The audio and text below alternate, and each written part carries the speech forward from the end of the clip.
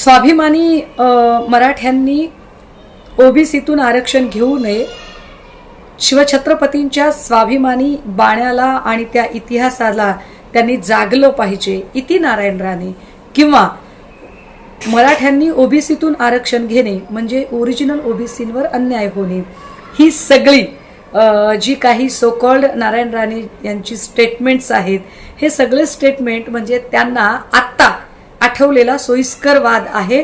मुळात जर खरंच शिवछत्रपतींबद्दल नारायण राणेंना आस्था असती, अस्मिता वाटत असती, तर जेव्हा मंगलप्रभात लोढासारखा व्यक्ती किंवा प्रसाद लाड सारखी व्यक्ती शिवछत्रपतींबद्दल बोलत होती, किंवा राज्यपाल असणारे भगतसिंग कोश्यारी शिवछत्रपतींचा अपमान करत होते, तेव्हा त्यांनी आपलं तोंड उघडलं असतं.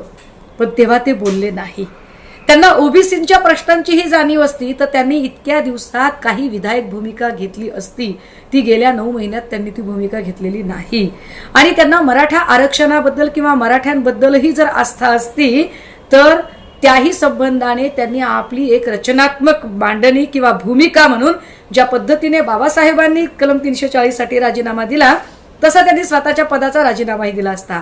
पण यापैकी नारायण राणे काहीच करत नाहीत, कारण नारायण राणे यांना ना ओबीसींची फिकर आहे ना मराठ्यांची फिकर आहे. त्यांना फिकर आहे ती स्वतःच्या राज्यसभेच्या जागेची, कारण आता राज्यसभेची टर्म संपत आलेली आहे आणि राज्यसभेचं कंटिन्यूशन घेण्यासाठी ते भाजपावर दबाव टाकू पाहत आहेत. पण आमची विनंती असेल नारायण राणे यांना की तुम्हाला जर खासदार व्हायचे असेल तर तुमच्या धमक आहे तर तुम्ही निवडणुकांना सामोरे जा आणि वाटेल ती पदं मिळवा. परंतु फक्त आणि फक्त कधी भाजपाची भाटगिरी करून तर कधी जातींच्या अस्मितांचं राजकारण करत अशा पद्धतीने दुही निर्माण होईल अशी वक्तव्य थांबवा.